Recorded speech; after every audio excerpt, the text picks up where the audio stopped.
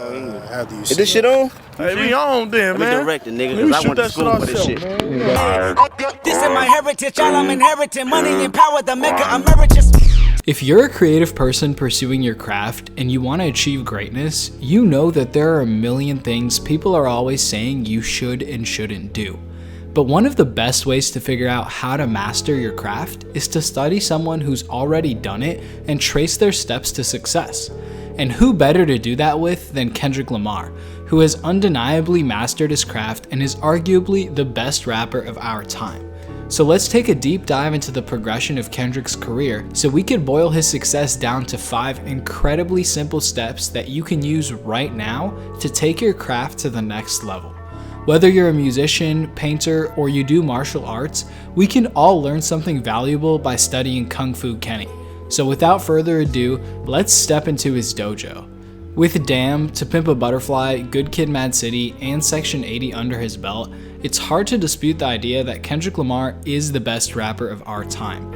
Even if you tried, the list of artists who rival him is short, and in my opinion, the competition pales in comparison. But like most of the rappers in Kendrick's bracket, he was far from an overnight success. His first studio album, Section 80, was his 7th project, and he only started to develop his own voice on his 5th tape, the Kendrick Lamar EP, when he switched his name from K-Dot to Kendrick Lamar, which, as I'll get to later, was a crucial step to his success and so much more than just a name change. So make sure to stick around for step number 4, which you can easily apply to your craft right now to take it to the next level, just like Kendrick did. But the real question is, how did Kendrick go from sounding like this?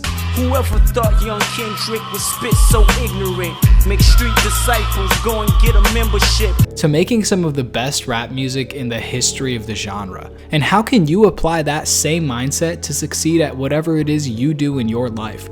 I'm gonna break all of that down. But before I do, please take a second to like this video and subscribe to my channel. It really makes a huge impact and means so much to me. So now that we've got that out of the way, let's break down the 5 steps Kendrick took to become successful. Before the tours and the fame, before the critical acclaim and the Nobel Prize win, all Kendrick had to start with was his passion for music. And that's step 1, start with your passion.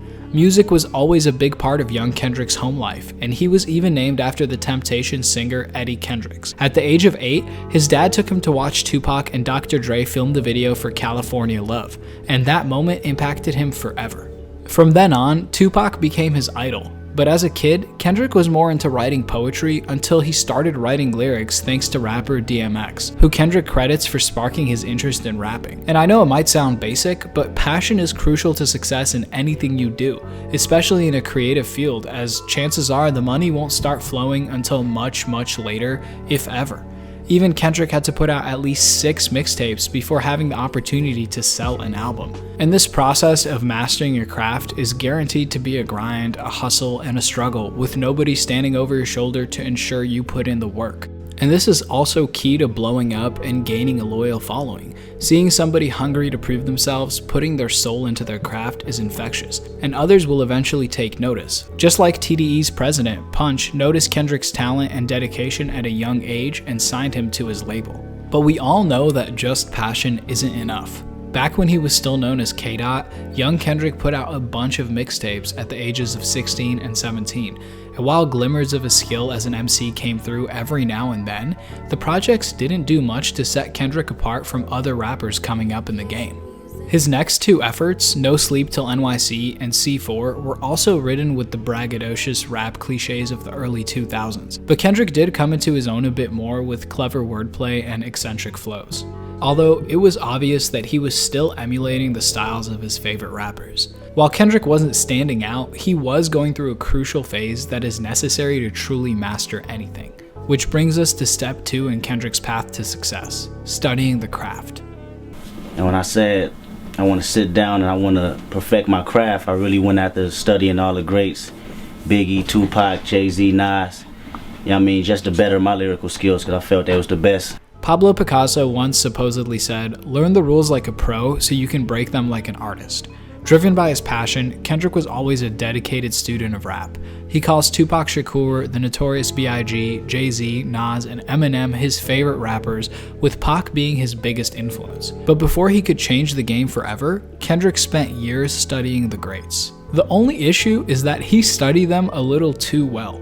Kendrick's 2009 mixtape, C4, is a perfect example of a blossoming rapper who was still drowning in his influences. So much that C4 was almost entirely made up of K-Dot impersonating Lil Wayne over the Carter 3 instrumentals. And don't get me wrong, this tape is full of bloodthirsty, Wayne-inspired bars from Kendrick, especially on songs like Best Rapper Under 25 and West Coast Wu-Tang, but there were also some sore misses, like Bitch I'm in the Club, which Kendrick himself calls his worst song. Bitch, I'm in the club with the homies. Tell me what's good. I'm trying to get these hoes single. And this is my singer. But looking at Kendrick's career path, imitating artists like Lil Wayne, who spawned their own subgenres of hip-hop in their own right, was critical to Kendrick's ability to change the sound of hip-hop years later with his fusion of jazz and rap music onto Pimp a Butterfly. And this is the third key to success that we can learn from Kendrick. First, you imitate, then innovate. We've all heard that mimicry is the best form of flattery, but it's also the best way to learn. Kendrick not only studied the greats, but also emulated their flows. Kendrick credits artists like Eminem for inspiring his aggression on songs like Backseat Freestyle, and of course, Lil Wayne for his creative wordplay. Kendrick also attributes the jazz-influenced sound of To Pimp a Butterfly to legends like Miles Davis and the Parliament Funkadelic. But you may be thinking, how can you apply this step in your own craft? Every writer, comedian, or singer should have a joke, story, or song they wish they'd written. So you have to find that person in your field who has already mastered the craft you're working towards and emulate them. Use the lane they've paved as a blueprint to your own success. To quote Pablo Picasso again, good artists imitate, great artists steal. And this doesn't mean to plagiarize, but to build on the ideas that your predecessors have already established. In the constantly evolving world of music, this is accomplished by pushing the genre forward and developing the sound. Think of Kanye's 808s and Heartbreaks, or Yeezus, both of which took elements from other genres and forever expanded the possibility of what rap music could sound like. But the fourth step, the step that really launched Kendrick's career, the one that I think is the most important takeaway from this video that anyone can easily apply, is to set yourself apart with your unique story. And if you need proof of how powerful this is, all you have to do is take a look at Kendrick's career, because K-Dot's first step to becoming the rapper he is today actually had nothing to do with music. At the time, young K-Dot was still struggling to find his voice. His main issue is the fact that his biggest influences like Pac and Wayne could be heard on pretty much every song. So before the 2009 release of the excellent Kendrick Lamar EP, he decided to leave the name K-Dot in the past and go for something that truly represented who he was and everything he stood for. His real name. In an interview with Hard Knock TV, he explains that the switch to Kendrick Lamar was an effort to stand out and inject more of his personality into his music. And when people heard K-Dot, they was like, yo, the kid is dope. He can rap, but who is he? You know what I mean? That went on for years.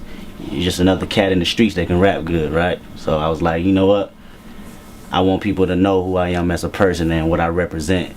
So I woke up one morning, I said, the best way to start it off is giving me my name change, my real name, something my mother been calling me for years. Kendrick also broke down the difference between K-Dot and Kendrick Lamar in another interview.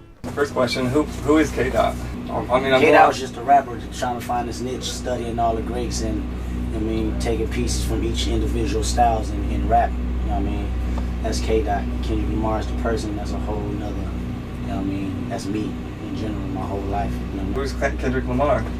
Kendrick Lamar is Compton, California, you know what I mean? That's what I represent. You know what I mean? My whole life, it's what I put in my music. It's about stories of young black males, individuals trying their best to escape the influences of the city. You know what I'm saying? So that's me. That's what I represent. Crips, power rules, the motherfucking cracked out moms, the motherfucking deadbeat daddies. All that shit is instilled in me. You know what I mean? So Kendrick Lamar is Compton. And Kendrick also touched on this on the Kendrick Lamar EP. We hear it on songs like Let Me Be Me, where Kendrick cues us in on why he changed course. Almost lost my life to the industry. Had Had to look through a photo book to remember me. These label heads ain't nothing but bullshit. Have you with professional killers, chasing hits, lying to yourself, all over an image, making records they want that was wrecking my brilliance. My mama said, boy, that don't sound like you. I said, this is the sound though, my only excuse. And then the song Average Joe from his next mixtape, which was rightfully titled Overly Dedicated, opens with these lines. Who is K-Dot? A young nigga from Compton on the curve riding raps next to a gun. And this theme of a young, innocent Kendrick trying to express himself while surrounded by violence is something that we hear throughout almost all of his projects. Not only was he entrenched in that environment during his formative teenage years, but these lines serve as commentary on the rap music industry's glorification of violence and the pressure Kendrick faced to adopt an image that didn't accurately represent himself. According to Punch, this song was one of the original concepts for Kendrick's classic album, Good Kid, Mad City. And on the album, Kendrick goes against the grain not only by telling his own story, but also by telling the stories of hardship in his community that often go unsung. For example, on Keisha's song and Sing About Me I'm Dying of Thirst, he expresses the pain of a woman who sells her body to survive in the ghetto. Black Boy Fly focuses on a young Kendrick witnessing his Compton peers attain success, wondering if they would be the last black boys to fly out of Compton, leaving him behind. Pretty much all of Kendrick's albums center around his ability to tell stories about his life and the lives of people in his community, stories that would otherwise have gone unheard. On Section 80, he examines the effects of the criminal justice system on his family, explores various race issues, and touches on drug abuse.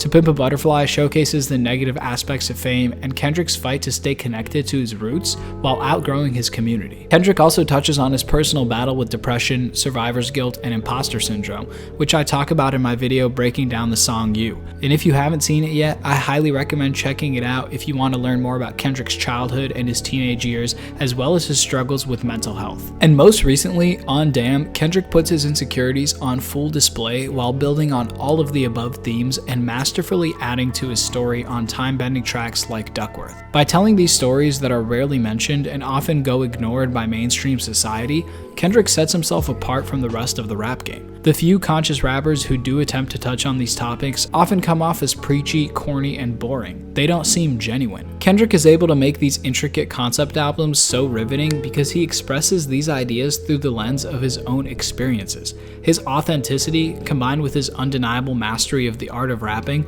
allows him to execute any concept he feels inspired by and still captivate his listeners, a skill that almost nobody else in the rap game has. By embracing his own story, Kendrick was finally able to develop his unique voice, allowing him to make incredible concept albums that simultaneously showcased his artistry and broke through the mainstream, skyrocketing him to the pinnacle of the rap game. This change is easily the most important lesson you can take from Kendrick as a creative of any kind.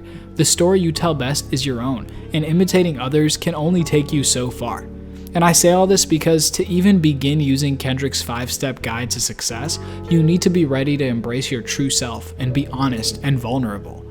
Only then are you ready to enter Kung Fu Kenny's dojo.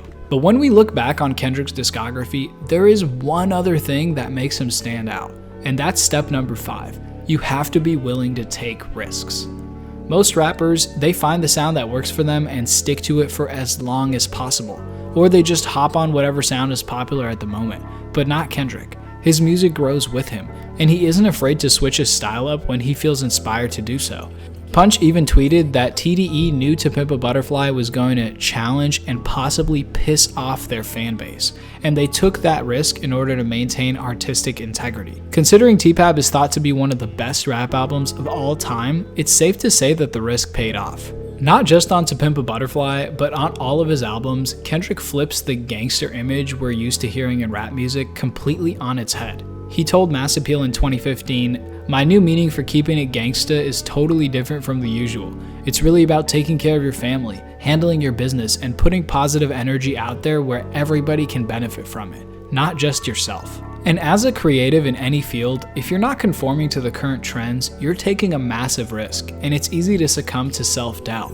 Like we heard on Let Me Be Me, when K-Dot first transitioned to Kendrick Lamar, he doubted whether the radio would be sympathetic towards his newfound authenticity, but he chose to follow his heart. Self-doubt is something that all creatives struggle with, and knowing that you're taking a risk often magnifies those insecurities. Oftentimes, we spend hours working on a project and are suddenly overwhelmed by uncertainty and this unshakable urge to delete it all. Even Kendrick's label mate SZA, whose album Control was critically acclaimed and universally beloved, told the Fader, "I didn't even fuck with my own album, so I was so confused and almost like angry that everybody fucked with it so much. It meant everything I felt about myself was wrong." And regardless of the risk, in today's age of overnight SoundCloud sensations, staying true to yourself and confident in your work is the best way to achieve a sustainable and rewarding career. So now that we've mapped out Kendrick's 5 steps to success, it's time for you to step into his dojo and channel your inner Kung Fu Kenny.